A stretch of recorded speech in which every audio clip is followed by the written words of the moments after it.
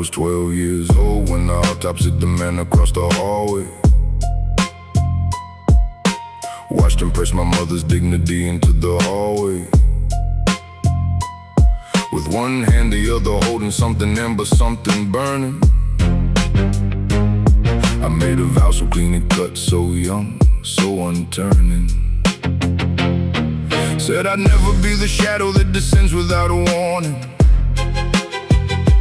Never be the kind of cold that turns a household into mourning.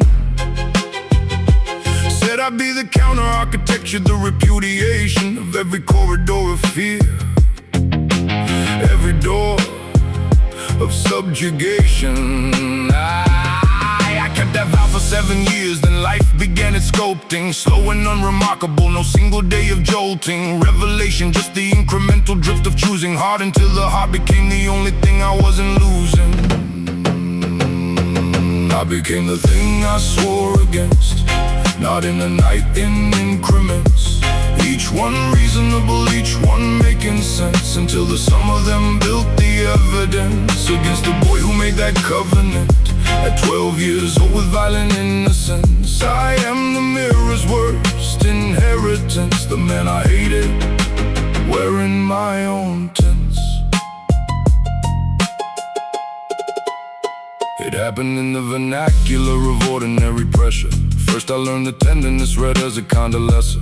Currency in rooms where only granite held its value, so I calcified the softer parts, pretended to devalue them temporarily, just until the season turned more gentle. But the season never turned, and what was meant as rental armor became dermis, grew into the actual skin, and the man beneath the armor stopped distinguishing within. Then I used the room the way he used the room for leverage, watched a man's uncertainty and treated it as beverage, something to consume to give me buoyancy and heightened it. Didn't feel the echo of that 12-year-old's midnight.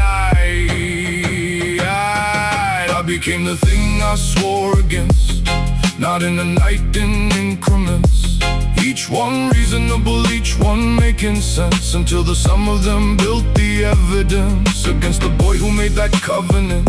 At 12 years old with violent innocence, I am the mirror's worst inheritance. The man I hated, wearing my own tints.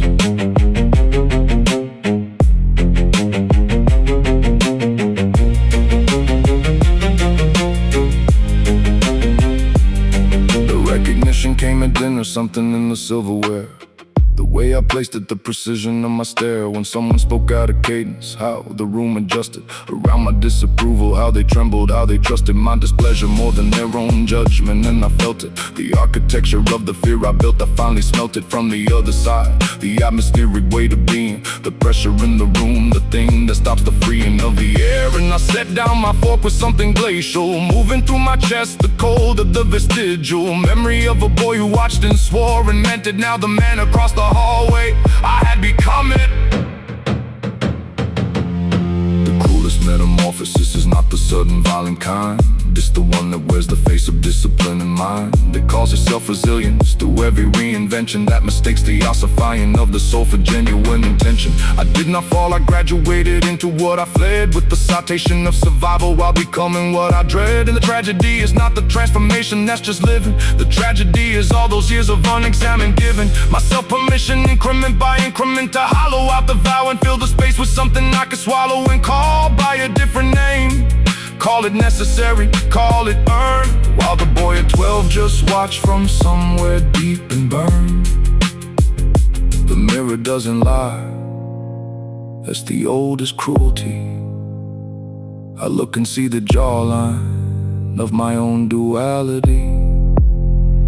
The boy who swore, the man who swore him off, the vow that built the scaffold for the self at last. I am what I autopsy at 12, wearing different clothes, the same hallway, the same amber, the same door that no one ever closes.